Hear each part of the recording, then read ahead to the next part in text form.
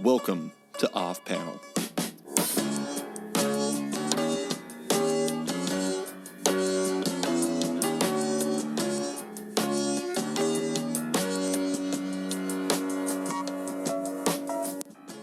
Hey everybody, welcome to another episode of Off Panel.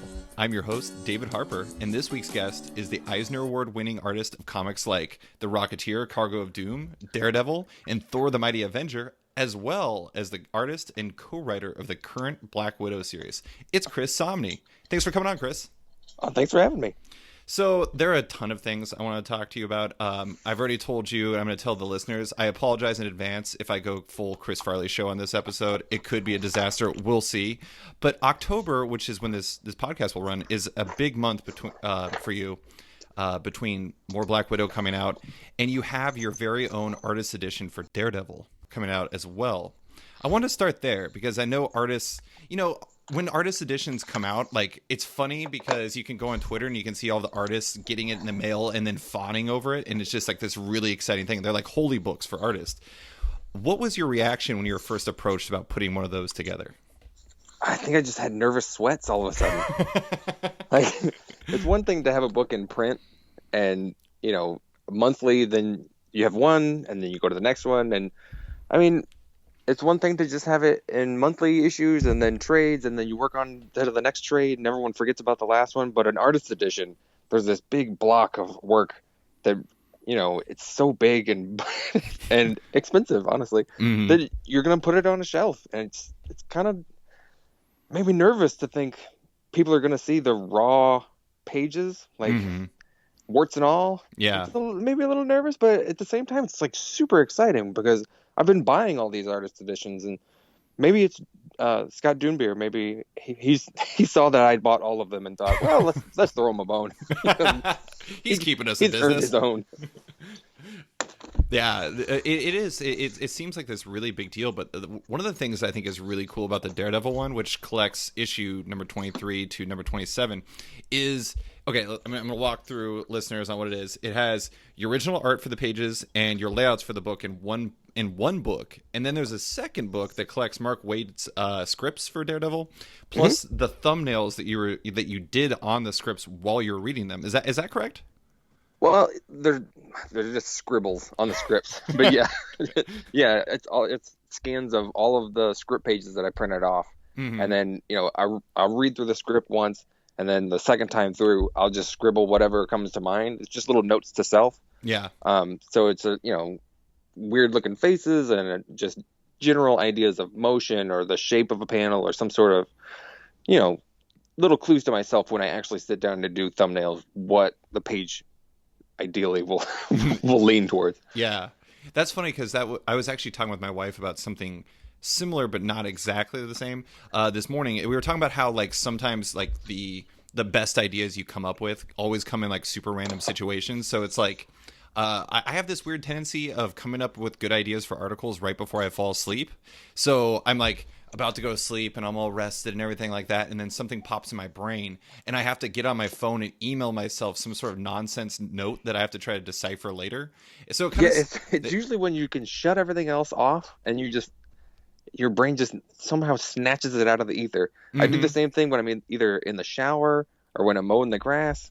Like, that's the best times to come up with ideas. It's just when everything else is blocked out and there's just you're laser focused on one thing.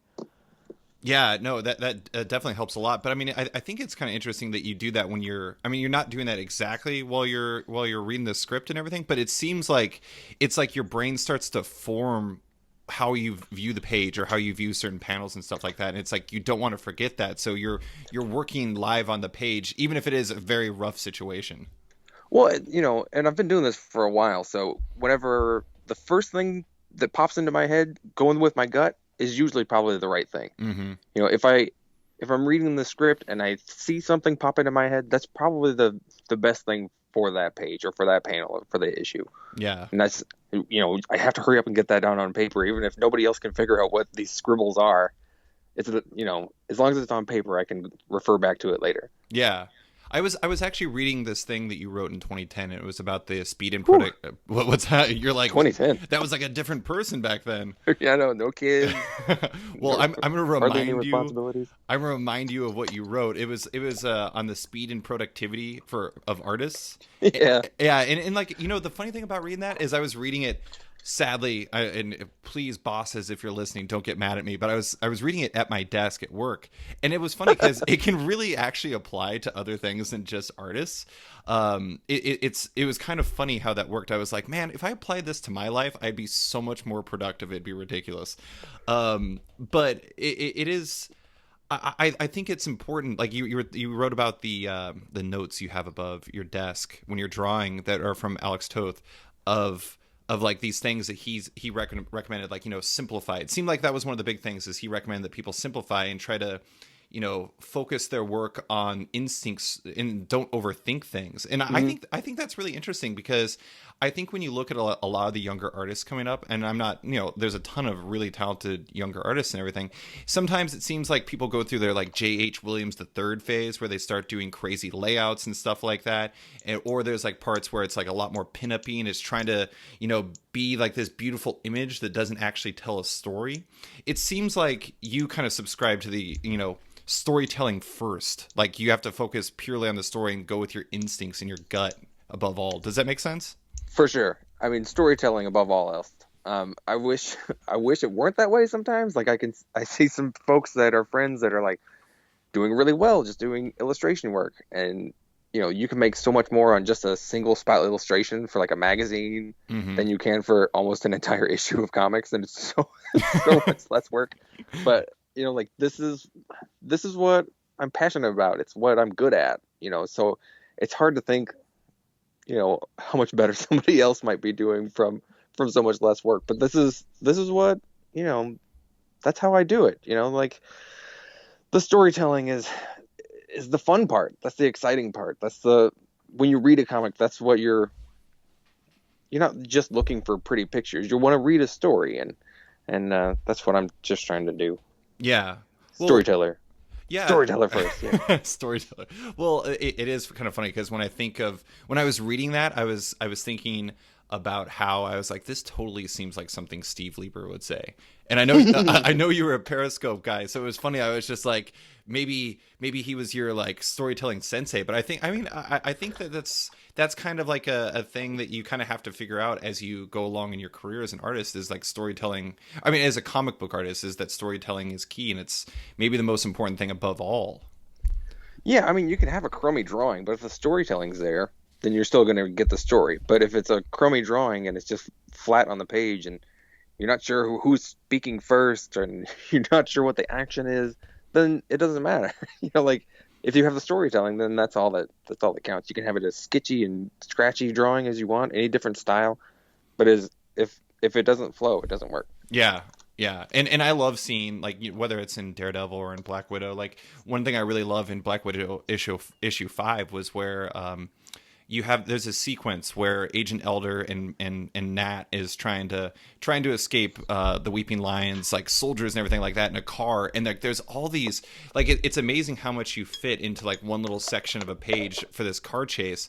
And it accomplishes so much. But it's funny because, like, I think a lot of people would probably blow out like these car chase sequences and try to make them a splash or something like that. But I feel like so much more intimately involved, and there's so much more energy to it when you were kind of breaking down the panels in like a smaller degree. It was an interesting thing, and that's one of the things I really like about your work is your approach on layouts and on panels, and trying to think about, I don't know, maybe I'm getting way too into your guts, and I don't understand your guts very well, Chris. But but no, I mean, you're at it. But I look at it, and it's like you bring so much more energy and character to it, and like all the subtlety you bring to a page. It's really fascinating.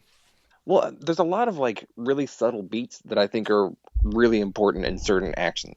So if you watch a movie, you can watch a car chase and it's exciting, but it's really hard to get a car chase to work in a comic. Mm-hmm. So every issue I try and do something to push myself. And the car chase was the big deal of that issue, was to make a car chase exciting. It's not just cars sitting on the page. It's not just a bunch of pictures with action lines of a car sitting there. I really was trying to make it move around and get you excited and have you in with the action, what was happening, and follow the card just like you were watching a movie and make it that exciting. And I try to do the same thing with fight scenes, where there's, for some reason, a lot of people in comics will just draw punch, punch, punch, punch, punch, and it's like, here's a cool shot of Iron Man and Captain America, and they're punching, but it's the action of what's happening that's important. It's not just them punching. There's a story behind it. If you can get the story to work, then you get excited and you put yourself in somebody's shoes, and that's when it really works. Yeah. Well, one thing I also really like about your work, and it ties into everything you're saying, is like in issue number 1, there's this really amazing page right when Nat jumps out of the helicarrier, and it's like 4 stacked, like diagonally cut panels, and it's like the camera is zooming closer and closer into her eyes, and you just see this, like, you know, Sasha fierce determination in her eyes and everything like that. But I appreciate the fact that there's character building in there. Like, I feel like it helps me appreciate the character and where she's at and what her mentality is. And like, even you find moments for like little beats like that in the middle of what otherwise is like this bombastic, crazy blockbuster experience of like Black Widow versus Shield as she tries to escape a helicarrier. Right. I had to get as much a character as I could in there. I knew she was, when I did the layouts, I didn't have her speaking any lines. Mark decided that we needed something to come out of her mouth. On the last page, I just had her going, huff, huff, huff, just out of breath, and that was it. And that was the end. But I think having that one line was a good call. Yeah, I mean, part of it is that we're getting all of the office stuff is a bunch of stacked, tight panels, and we're getting closer and closer to the action, and you feel compact, and you know you're closed in. You feel like you're stuck in a space. And once she jumps out the window, at first you think she's jumping out of a building, but I wanted you to get super close to her, not just to feel her emotion, but to get closer and closer and closer to her, because at the page turn, then we pull way, way back, and you see that she's jumped out of the helicarrier. So that makes it more of a punch to the reader as you on that page turn.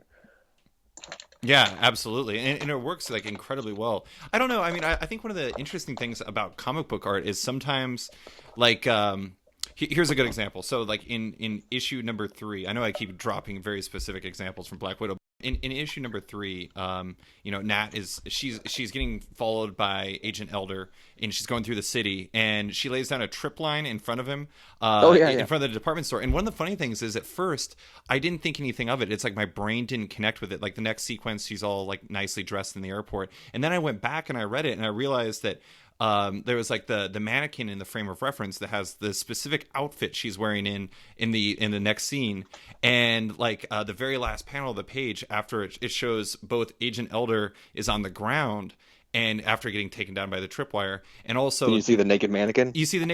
And it's funny because it's like I'm trying to imagine.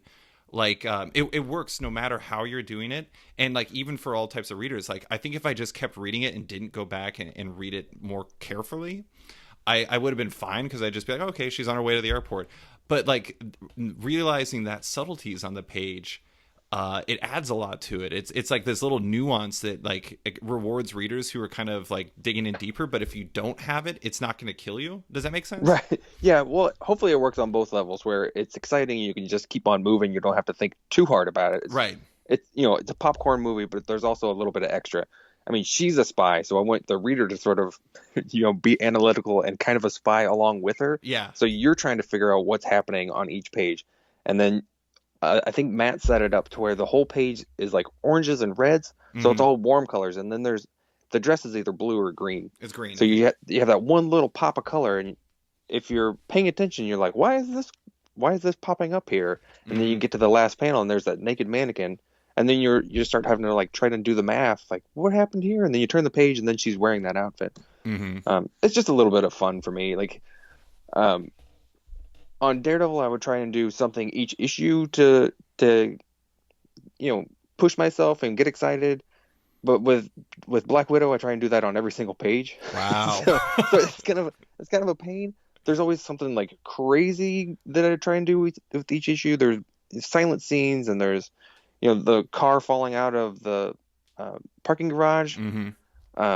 so each issue I try and do something. There's a one issue where she's like going through a maze. Mm-hmm. I had a maze page, and there's all kinds of silly things like that. So there's one crazy like J.H. Williams layout sort of thing per Mm-hmm. issue, but then the rest of it is just like trying to, you know, push storytelling and not make it just so much just by the numbers. Does that mean that you are like showering and mowing the lawn all the time right now, so you can so you can come up with your killer ideas? No, no. I mean, every in the shower, it's more like story ideas. Oh, I okay. think, um, I do better. I think on paper while I'm doing the layouts, I can't really like think of the layout in my head. I Oh have to yeah. draw it on. That's why there's so many scribbles in the artist edition, Mm-hmm. because I think it out a bunch of different ways before it ever turns out into a comic book page. Mm-hmm. But story stuff is more the lawnmower and the shower, white noise sort of stuff. So going back to the artist edition, like you know, when that book was coming together, how did that full version, like with the two books and with the script and everything, how did that come together? Was that Scott, you know, from IDW, who's you know helping you put together the book? Was that his idea, or was that you know like saying like this would be you saying this would be the best way to realize it because it shows like the full path on how I created this? Well, I think it helps to have the letters on the most of the artist editions. The lettering is on the page, Sure. and being a modern artist nowadays, we don't have lettering on the page anymore. Mm-hmm. We have it. It's all digital. They're all digital files. So the first idea was to do, how some of the Mazzucchelli pages, if they have like screen tones or there's a separate layer, they put it on like a sheet of tracing paper, and you can just fold it with. And you can Mm-hmm. look through it, and you can see the layers on the page in the artist edition. Well, one of the ideas was to do a clear, a see-through piece of paper with the balloons pasted onto it, and Oh. you could flip that and then see the page. But that, the more we thought about it, the more it didn't seem to work. Like, because that's not a physical thing. That's not actually what it looked like. Right. But I told Scott that I still had all the script pages that I'd scribbled on, and he thought maybe it'd be better if we just scanned all of those, since that is sort of an art object as well. It's not just script. It's not just words on a page. I scribbled something on every single page. So Mm-hmm. turning that into, I think first we talked about just shoving it all into one book, and then it grew and grew and grew, and the layouts became part of it, and the script pages became part of it, and hopefully it's not unwieldy. I haven't seen the finished product yet, but I was looking at the PDFs of the whole thing just the other day. It's really cool. They always do such an amazing job with those books. I'm constantly impressed. Although I'm horrifically envious that you have the Mazzucchelli ones because I've never seen those, and I would love those because he is absolutely one of my favorite artists. Well, I used to work at IDW when I did the Rocketeer, and every issue that I did of Rocketeer, I would also get an artist edition. It was just like, I just couldn't help myself. So I would get my paycheck and just be like, I keep half of it because I need more artist editions.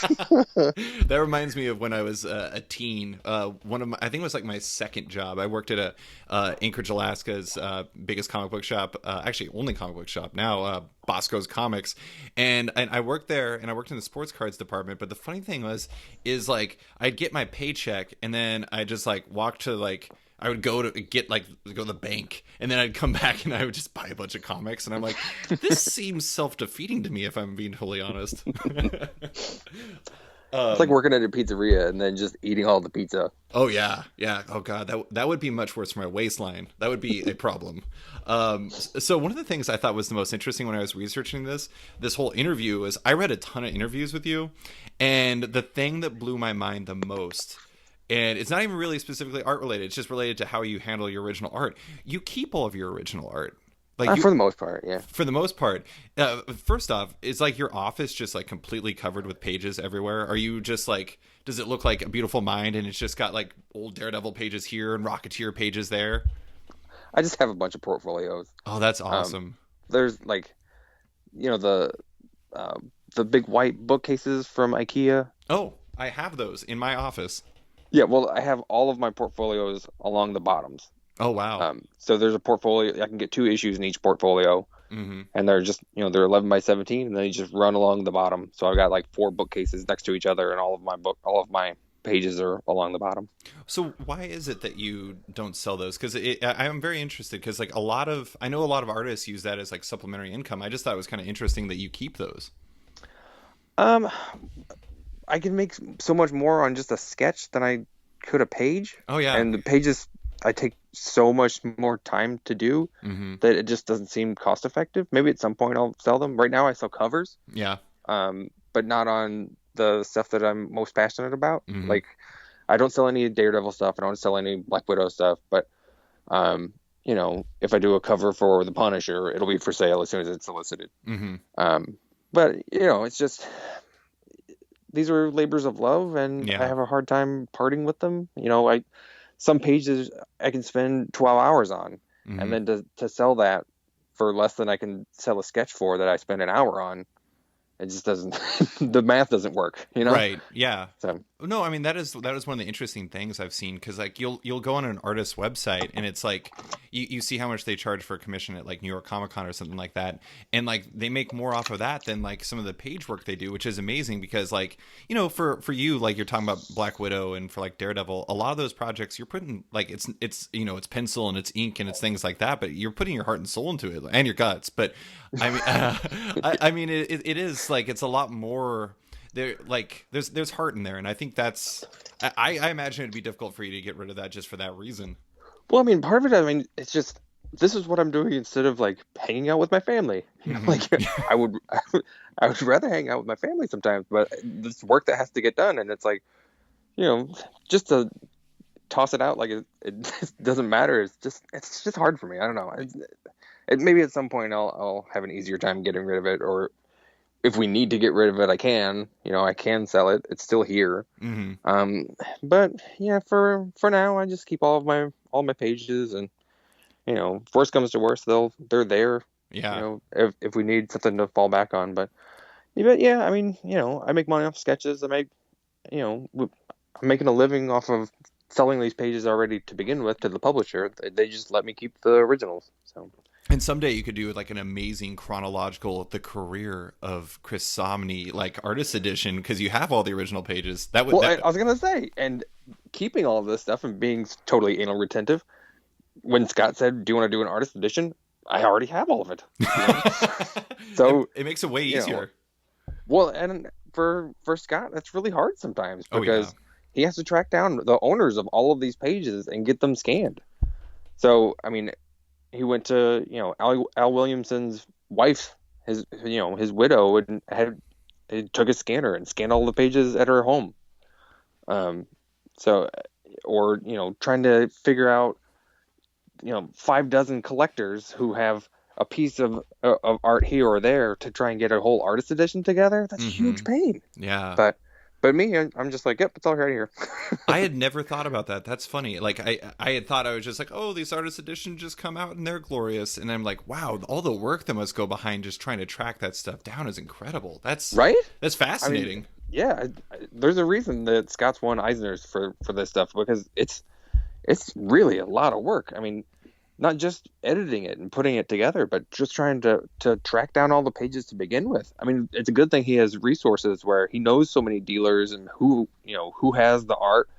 But yeah, just try and make it around the world to get scans of all this stuff, you know, because we're not just looking for a black and white copy here. You're trying to get the closest thing to an actual page in print. You want to see fingerprints and smudges and whiteout. You want to see everything that's there.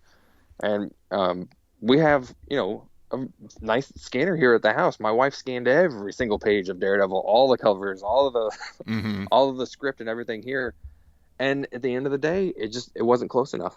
Yeah. You know, it didn't look exactly like the page. It wasn't quite big enough. You know, it cropped off of one of the edges, and, you know, the whiteout didn't quite show up as whiteout. It wasn't scanning just right. It didn't look like the real thing. He said that, you know, looking at the scan, it didn't look like he could grab hold of it. So he sent me the IDW scanner in the mail. Wow. in a giant crate. And my wife went through all the trouble of scanning everything a second time. so, so yeah, she got a special thanks in the front for sure because she put so much work into this, nearly as much as I did on all the pages. That's But amazing. she scanned everything twice, once with our scanner and once with theirs. See, somebody needs to do a story about like all this, because like that would be an amazing, like the journey behind an artist edition, because it sounds like it's like a full out experience. Oh man, it was, you know, you would think that I was done with Daredevil, but to get the artist edition together, it's like holy crap, and it's like a whole nother job. Yeah, totally. Just trying to track down all of my layout pages. It's like, I mean, they were all down here, but holy cow, like they're in tubs and boxes, and you do an issue here or there, and you just sort of toss your layout pages to the side after they're scanned. It's like, oh crap, did I put some in a portfolio? Did I put it in like a comic box? Where did I stick it when it was done? Because once it's scanned, that's all I need to worry about. The original is somewhere. Oh my God. I think it's really funny that right before we were talking, one of the things I was actually doing was trying to find something I put somewhere in my house, and like even like it was a book. It's like something you would think would be easy to find. I would understand if you couldn't find layouts and stuff, because it's like something you did years ago. I'm like, this is one of my favorite books and I can't even find it anywhere in my house. It is just disappeared. But thus is the nature of how things magically disappear. I mean, like we could talk about socks, and like that is just an utter disaster. But There's Gremlins, right? Totally, Gremlins. Isn't that what Looney Tunes taught us all those years ago? There's Gremlins. Damn Gremlins. I wanted to ask about about your inks in particular, because I was reading an interview and I thought it was funny that you described your own pencils as quote unquote just awful. And they really are. They really are. But I'm curious to your thoughts about the inking process, because I know you learned a lot about. I mean, your trial by fire was in a lot of ways was doing Capote in Kansas. Like that was like learning on the page. But yeah, and you can definitely see the growing pains from the beginning of that book to the end, for sure. That's what I think is really amazing about that is I bet you could look page by page and see kind of how your brain and your gut was thinking things or was figuring things out. But why I know that for a lot of people, like one person I talked to who talks a lot about how inks can change his work was like Michael Lark. He works digitally, but inks mean a lot to his work. That's where a lot of the character comes out in it in a lot of interesting ways that we probably don't even know. Why is it that you choose to keep your pencils just so loose to do your biggest work in inks? Well, I mean, if you can keep the life that the layout had in your pencils, then you can keep some sort of spontaneity in the inks. Sure. If you keep tightening and tightening and tightening, then it's going to be dead by the time you get to inks, and it's just going to be a flat line, and it's going to be you've traced it and you've already drawn it in the layouts and you've drawn it in the pencils, and then you have to draw the same thing over again in the inks, and it's just not as exciting anymore. Yeah. If you can just sort of feel it, if there's just enough on the page that I can put some ink on it and turn it into something, then that's exciting and that's fun and that's sexy. But if you've already drawn it in the layouts and then you're just tracing over the layouts, then it's a slog. Yeah. And I'm bored and I'm tired of it by the time I'm done penciling. So most of with layouts, I can spend about a week on layouts for a whole issue. And then on Daredevil, most of those pages I penciled in under an hour. Wow. Because all of the real work is in the inks, and that's where it turns into something. So yeah, if you can just keep the life, that's what's important. The rest, I mean, they are really crummy, which is why I see like some people still credit. There's like an arcane way of crediting artists and writers and in reviews, and it'll be like writer so and so, penciler Chris Samnee, and it just makes me cringe. Like, oh, I'm not a penciler, because the pencils are the worst part. They might as well just call me a layout artist. Like, that's not what you're looking at. You're looking almost. If I'd almost be okay with the inker credit, because that's where most of my work is. But yeah, just the penciler. It's like, ugh, the pencils are not what I'm proud of. Don't call me a penciler. You know what you should do? This would be hilarious. You need to create your own DIY artist edition that's just an issue of your pencils, and then like put that online and be like, don't call me a penciler, check this out. And then people were like, oh my God, how does he do this? No, I don't even scan them anymore. Oh, wow. Yeah, I take my work with me to the office. I'll pencil it, and then I ink it. Mm-hmm. And sometimes I take a picture with my phone if I can remember, but most of the time it's just hurry up and get it on the page, otherwise you're going to lose your momentum. Mm-hmm. So, just get as much as you can on the page to get it straightened out from the layouts, because I print out blue lines from the layouts, Mm-hmm. and then I tighten up what I need to here and there, and make sure that the eyes are even, and turn it into something. Get the details right on costumes, and make them less like amorphous blobs. Turn them into a person. Mm-hmm. But yeah, It, I it forget where I seems was going there. it seems like if you were kind of just doing like the self-tracing thing, if you were just had really tight pencils and then doing the inks over it, it seems like you'd probably lose a lot of the energy that you accomplish on the page. For sure. I mean, I'm already losing some of the energy from the layouts. I mean, sometimes if I feel like I've got brass balls that day, I'll ink over the blue line, just straight from blue line to ink. But I just don't have the nerve. Mm-hmm. With Black Widow, I'm trying not to use any whiteout, Yeah. which is ridiculous. It's so silly. I don't even know why I'm forcing myself to do it that way, but I'm trying to get it as pristine as possible on the page, just for my just for myself. It's not like there is no artist edition. Nobody sees these pages. But I want to know that I got it right the first time. Mm-hmm. It's so stupid. I feel like artists are going to listen to this and be like, "This guy is a maniac." Yeah, it's just like my own ego fighting itself or eating itself. But yeah, I'm trying to get it right the first time, and so there's a bit more penciling on this because there's more panels per page, there's more stuff happening, and Mm-hmm. and being the co-writer on it, I take ownership of it. So I want to get it. I really want to get it right. Yeah.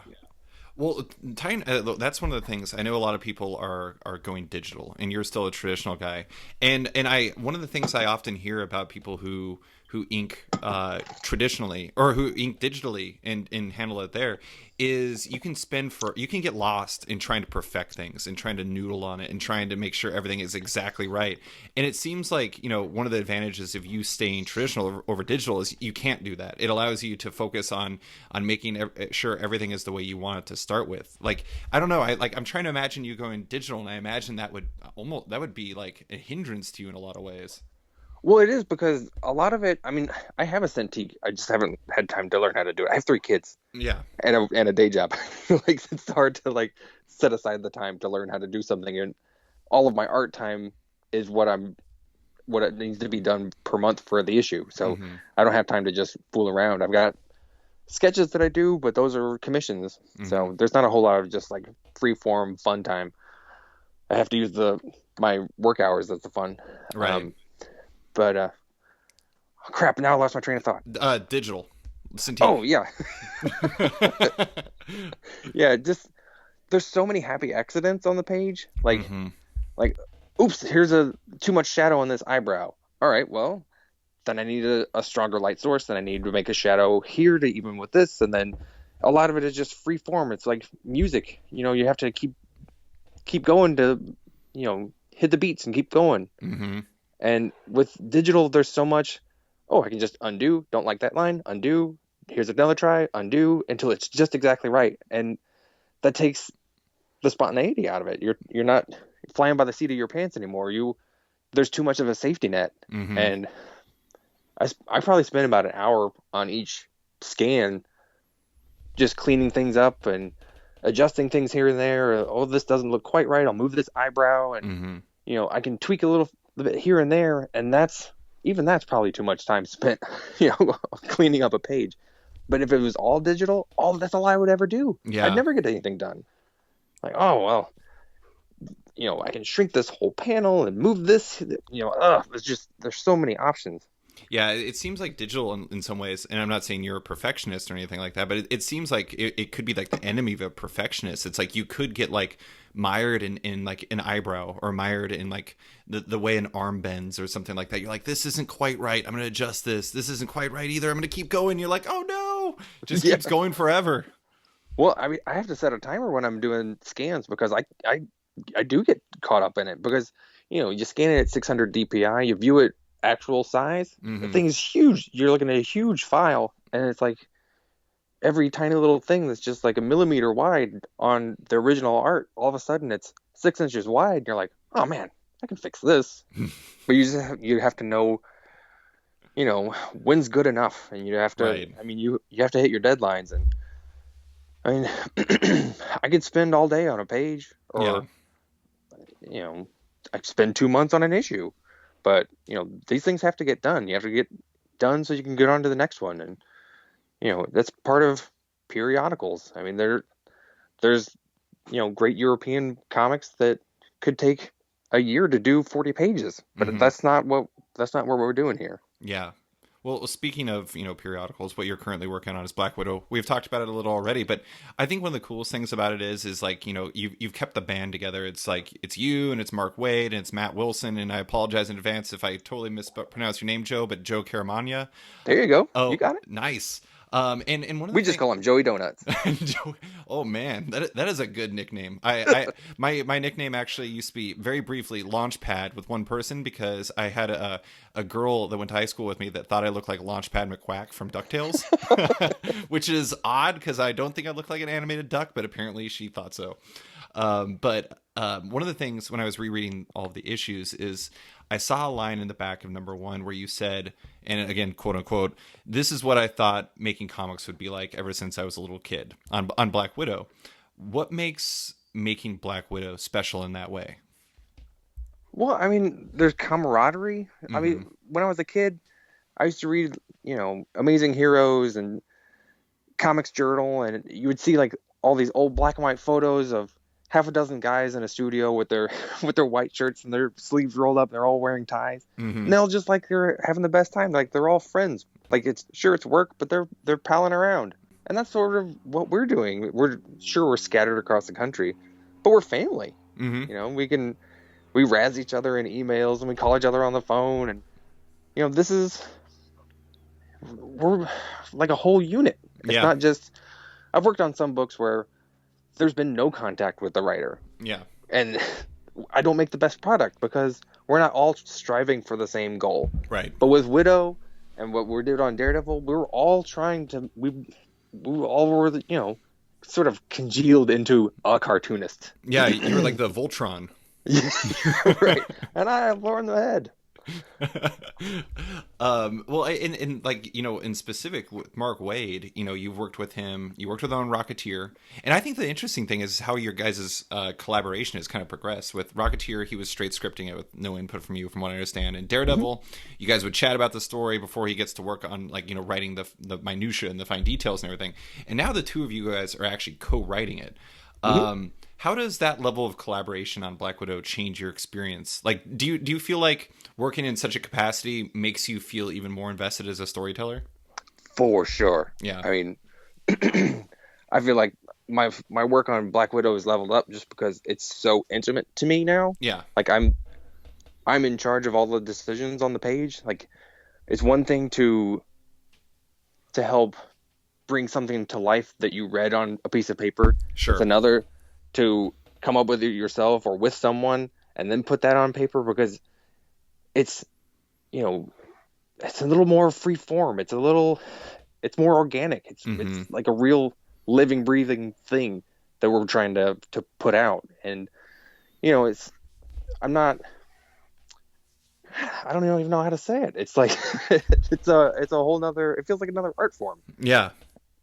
Well, and that's, I think, one of the things that, like, sometimes when people, are being mean and hurtful, they talk about, like, Marvel and DC comics as, like, assembly line comics. Like, you can, it's just like, okay, X takes this comic, or takes this script, and then Y takes that script, and they draw it, and then, passes over to Z, who colors it, and, like, they're, like, kind of this disconnected, like, blob that kind of works together to create the same thing. But it's like, if you guys have that connection and you guys have, between history and the fact that you guys are creating it together, it seems like that would both create more investment and also just like it goes from being an assembly line to that room of guys in white shirts and ties.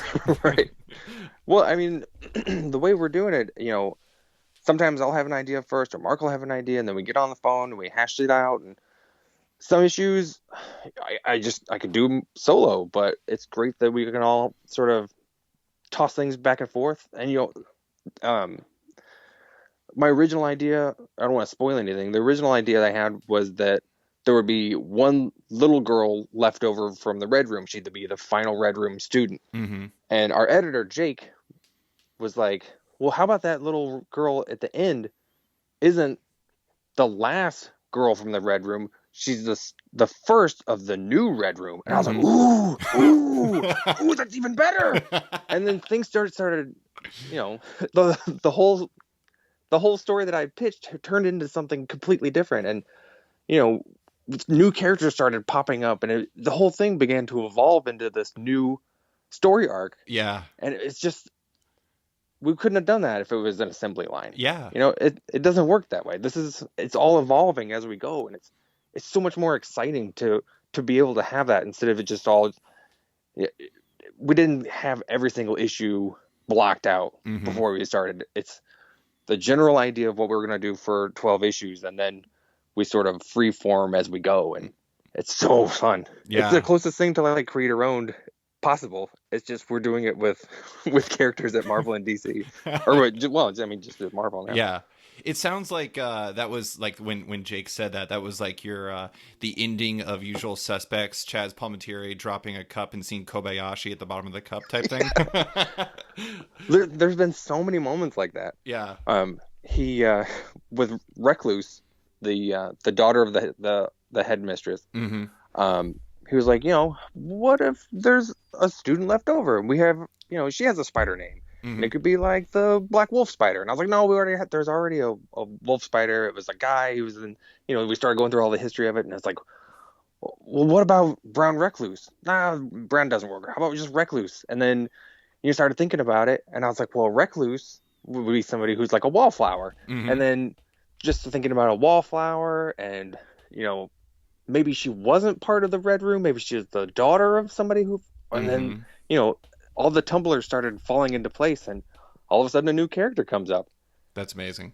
It's cool. I love like the creative process behind like storytelling in all forms, because it's like, you know, you're saying earlier, like the spontaneity. It's like the improvisational elements that come up because, you know, you're talking to somebody else, or somebody else, you know, sees something that you don't see, and it's really amazing. But speaking of that, I want to talk about, you know, the colorist in the book, Matt Wilson. I think you first worked with him on Thor: The Mighty Avenger, and maybe not.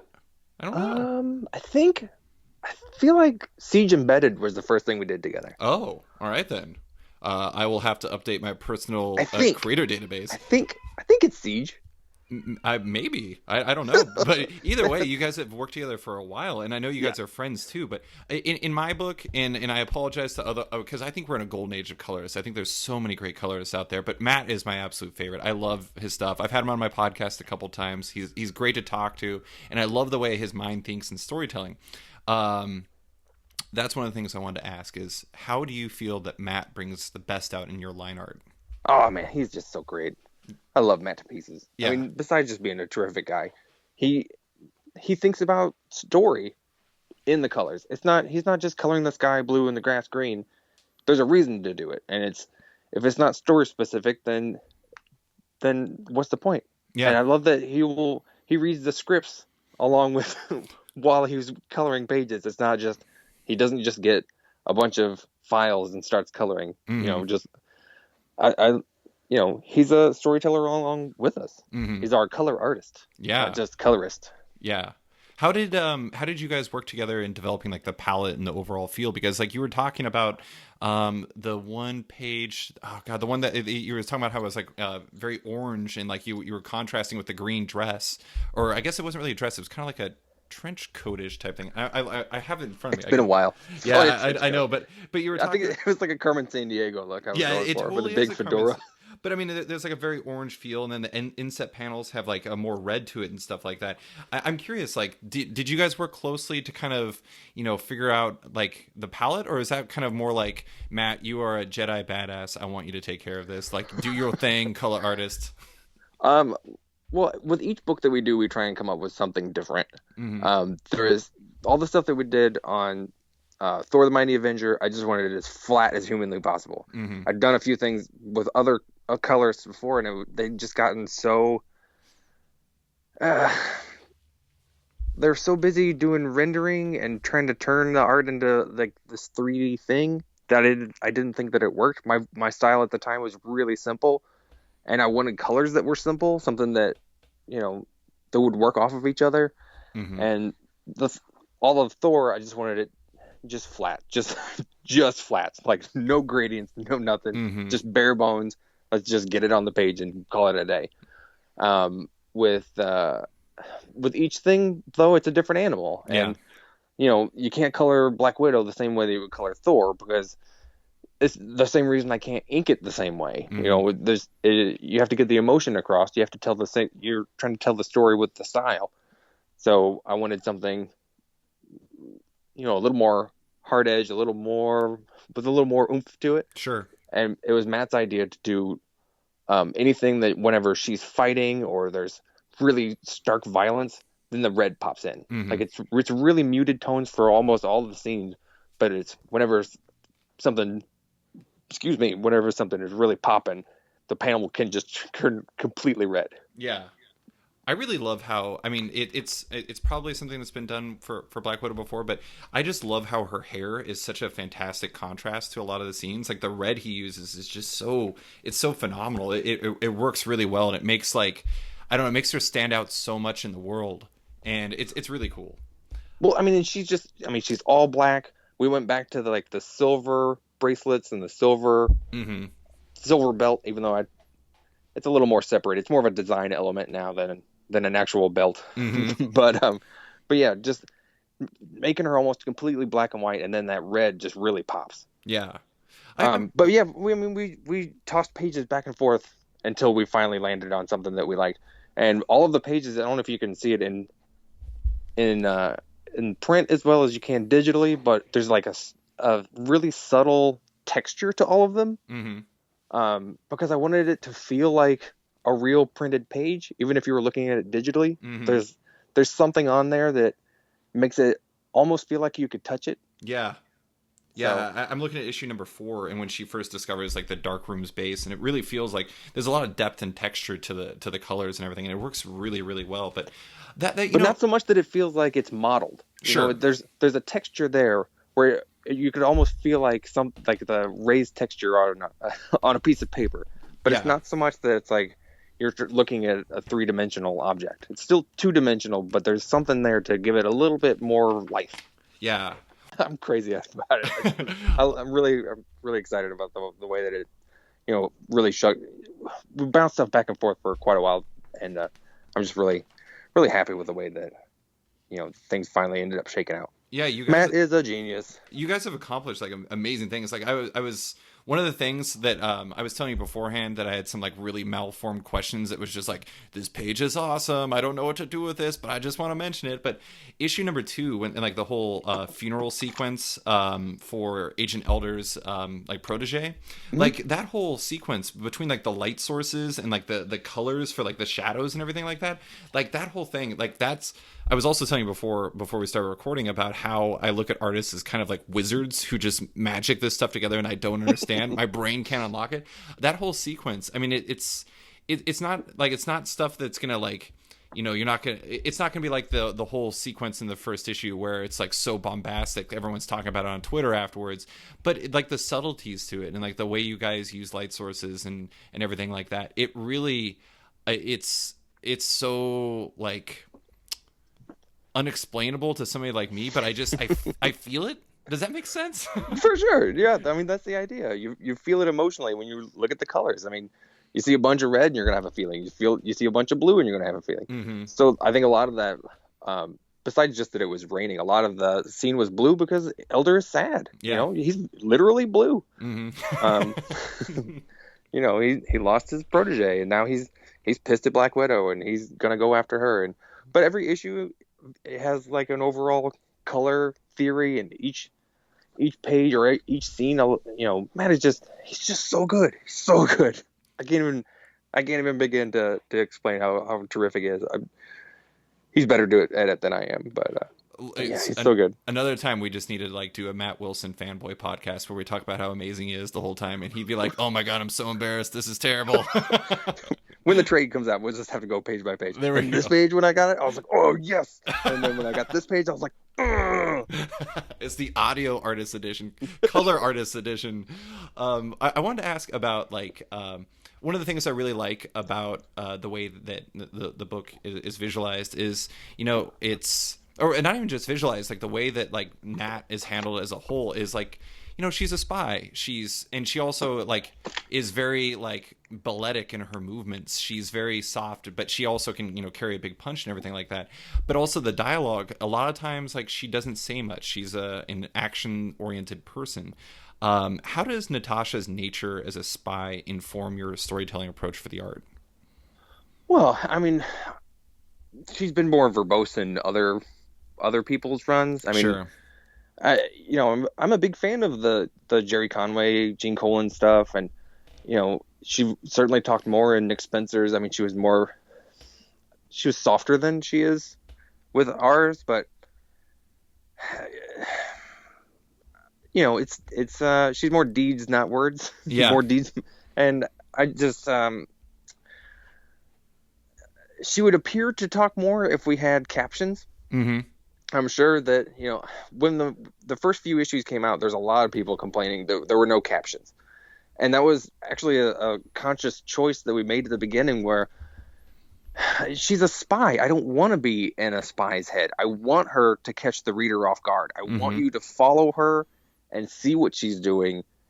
And you have to be the one who's being a spy with her. Right. If she just spells it all out on the page, then where's the excitement? I mean, it'd be like having it's like having voiceover in every scene of a movie. Yeah, exactly. It would get old so fast that I don't see the point. I want you to get in her shoes with her, and you're the one thinking, not reading it.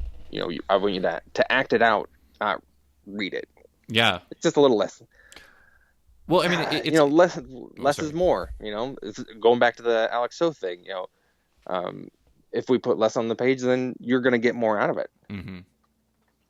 It's kind of like, you know, it's like we're the agent elder almost. It's like we have to be questioning her motives and what she's doing these things for, because, you know, if we were just reading voiceover where she's like, I have to get this because Weeping Lion is blackmailing me and this and that, and you're like, that wouldn't have the same urgency to it. It wouldn't have our minds racing to figure out why she's doing these things and like the reasoning behind it. And like, I don't know. I mean, I could see that happening. I could see that response happening. But at the same time, it's like, I appreciate things that don't spell out everything for everyone, because myself as a reader, like a lot, I talked about this with Andrew McLean, who's a cartoonist who does Headlopper.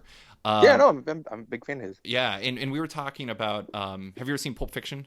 Mm-hmm. You know, the golden suitcase, like how, like if they explained what was actually in that suitcase or the briefcase where like the light is coming out and everything like that, it wouldn't have been, it wouldn't have impacted us in the same way it does where we don't know about it. And like, if we knew everything that was going on in Natasha's head, I don't think we would connect with the book in the same way.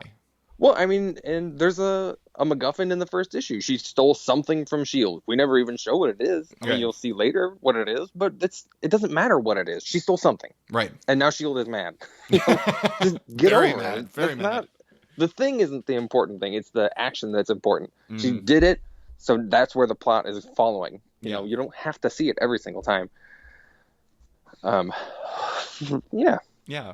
Well, I have just a couple more questions. Well, I wanted to ask about the villains because, you know, I actually think you guys kind of do like a cute reference to her like villain connections in the past. Like, you know, Tony Stark was talking about Crimson Dynamo, and like one time she like dropped an anti-gravity bomb on him and stuff like that. And it's definitely a lot like you were kind of, it seemed like there was like a reference to how a lot of her villains were a lot more bombastic and not really kind of parallels for her. And that's one thing I really like about like Weeping Lion and like the Dark Room is that it doesn't feel like a lot of the traditional heavies in comics. It feels like good foils for her. What made you guys all want to create like your own heavies, like your own villains to reflect, you know, Natasha as a character? Well, I mean, like we were saying with the last question, it's all about secrets. Yeah. And that's what this whole arc is about, is secrets. And we didn't want somebody who knows her past so well that there's secrets that they would already know. Mm-hmm. I mean, the Weeping Lion deals in secrets, right? And I just couldn't think of a villain that's already in the Marvel universe that could do that. Mm-hmm. issue 7, you'll see more of his backstory, and everything will start to all the tumblers will start to roll, and this is everything. If we didn't have, if we had captions in the book, the turn that Nat takes with Weeping Lion at the end of issue 6 wouldn't have worked. Right.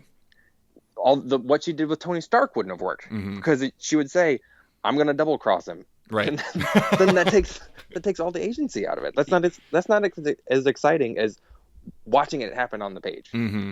And I think that's what's exciting about making comics. You couldn't do that. Well, I guess it would probably work better in a movie, but we can do it our own way. We can make it work better in a comic. That's exciting. Yeah. I do have to admit, like, watching a movie, like you're referencing movies and voiceovers and stuff like that, it's like a lot of times voiceovers do more to take me out of a story than they do like making me feel like it almost makes me feel like I'm too informed. I'm like, dial it back. I don't need all this voiceover. It's like it's informing me too much. But that's one thing I really appreciate about your art in using the art as like storytelling rather than like just like having words to explain everything. I really appreciate how expressive and alive your characters feel. Like Nat feels like there's like the whole sequence where they're in they're having the car chase in the parking garage in issue number 5, and like there's so many just like great faces that are so like meaningful and so like it's set like it literally is a picture is worth 1,000 words, except for it's just like a bunch of words just pop in my head and I can't even really discern them. But for you, what's the key to like bringing like the people in a world to life, like particularly Nat, without making them feel like cartoons or feel like they're like, kind of hamming it up? Well, I mean, you do have to push it a little bit beyond what reality is. Mm-hmm. So, I mean, in a movie now, her face would probably move less. Yeah. If they were playing her the way that I'm playing her. Mm-hmm. It's mostly just, just trying to get her to feel like a real person. Yeah. I want people to empathize with her without her having to say like, "Oh, I'm so sad." It's so boring. Yeah. It's just another one of those things where it's the storytelling, and in the storytelling is acting, and I have to act through each of the characters. Whenever I'm drawing them, I'm that person, Mm-hmm. and just if I can put myself in their shoes, then hopefully when you're reading it, it'll make that much more impact on you as you're following along. Mm-hmm. So does that mean that you can do, like, if you yourself could actually do those super sweet, like, full leg swings that she does? Like, she has these, like, I can't even describe it. I'm, like, trying to gesture as if you could see that over here. Like, she did, like, in that car chase sequence, when she grabs Elder and swings down and she, like, kicks up both of her legs. I'm just trying to imagine you, like, I don't know, if you use photo ref or something like that, trying to do that. I'm like, I feel like you'd sprain something. It'd be a bad idea. Well, this might be bad to admit, but everything that's happened in the book, I have done. Oh my God. You are incredible.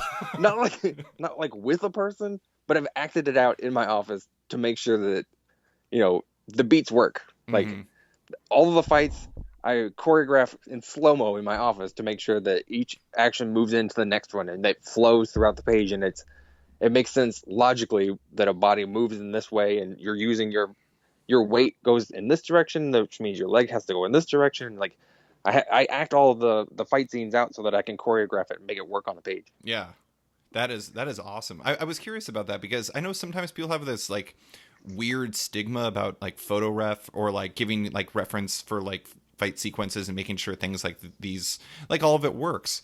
But it is. Well, I didn't take picture reference of myself doing the movements, but I did them just so that I could know in my head that it would work. Oh, sure. Wow. Those would be some really weird pictures that they would be like pasted together, because I'm not as flexible as an ex-ballet dancer for sure. But I just wanted just the motions that I wanted to make sure that they could physically work. A person could do them. Yeah. I'm not as fit as Nat, but that just that it could happen. I was really impressed for a with second. A better shape. I would definitely tear something if I tried to do that. It would just be a disaster. I'm like, okay, I'm gonna try this flip. I landed on my head. I need to go to the doctor. It's time to go draw. Now I have to stretch.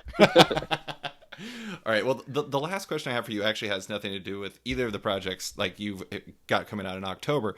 I wanted to ask about the place that I discovered you at, which is, I know, you were nominated for the Russ Manning, newcomer award at the Eisners in 2006. So it just means that I was super late to the Chris Samnee party. But the place I actually discovered you was Comic Twart.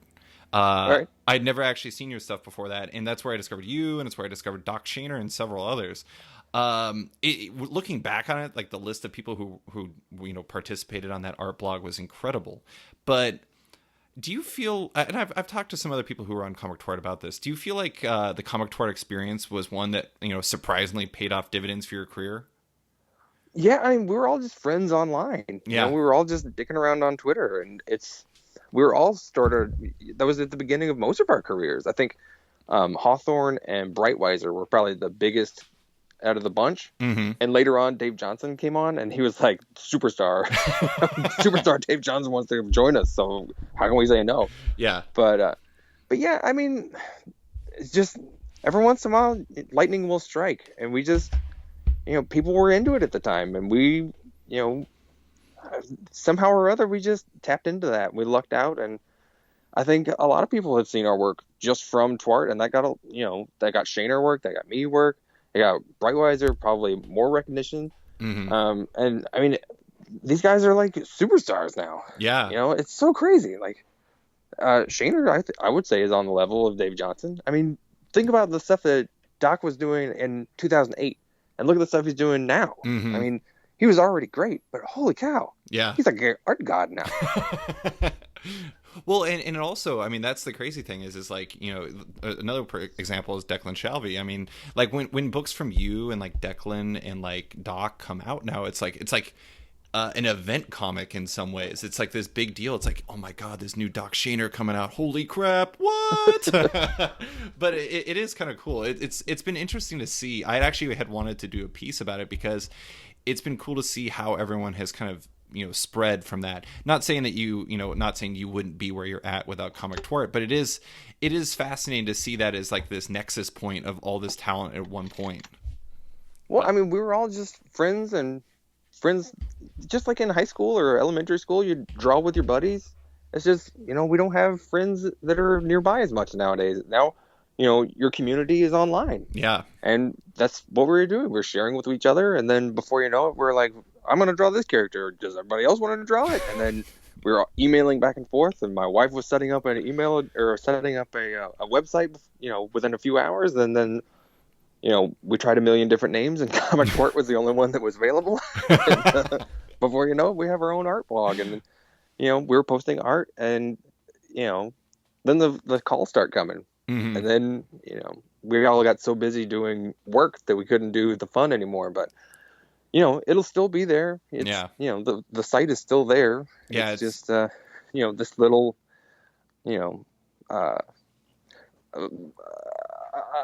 crap, I can't think of the word. Microcosm of time? I don't know. Well, it is interesting. Like, I was like looking back at some of the stuff you guys had done, and it's pretty, I mean, it's really cool just looking back as a fan of art and seeing like all these different, amazing artists render all these things, bring them to life. And yeah, I don't know. I love it. It was just fun. And Hawthorne, fun. I think, still tosses stuff up, tosses new stuff in there. Yeah, like, somebody put out something up in August. At the time, like, he was still like, oh, I missed this one. I'll draw it now. That is awesome. Well, Chris, thank you so much for chatting with me. I really appreciate you taking the time. This is, I know we went a little bit all over the place, but I always appreciate hearing perspectives like yours. Well, thanks for having me, man. This was a lot of fun. Thanks for listening to this week's episode of Off Panel with the co-writer and artist of Marvel's Black Widow, Chris Samnee. You can find Chris on Twitter at Chris Samnee, on his site at chrissamnee.com, and his work in Black Widow at Marvel and the Chris Samnee Daredevil Artist Edition from IDW. Don't forget to like the show on Facebook at /sketched, that's SKTCHD, follow it on Twitter at @sketchcomic, or follow me at @slicefriedgold. Want more from Off Panel? Subscribe on iTunes or Stitcher and give the show a rating and review while you're at it. Also, my comics adjacent newsletter called The Crossover is in the middle of its first season. Make sure to subscribe at bit.ly/the crossover newsletter if you want more writing from me. A quick thanks to the band Wolfpack, whose excellent track Outro from their album Volmilch opens and closes the show. Give them a listen as they're totally rad. Thanks for listening, and tune in later this week for a new episode.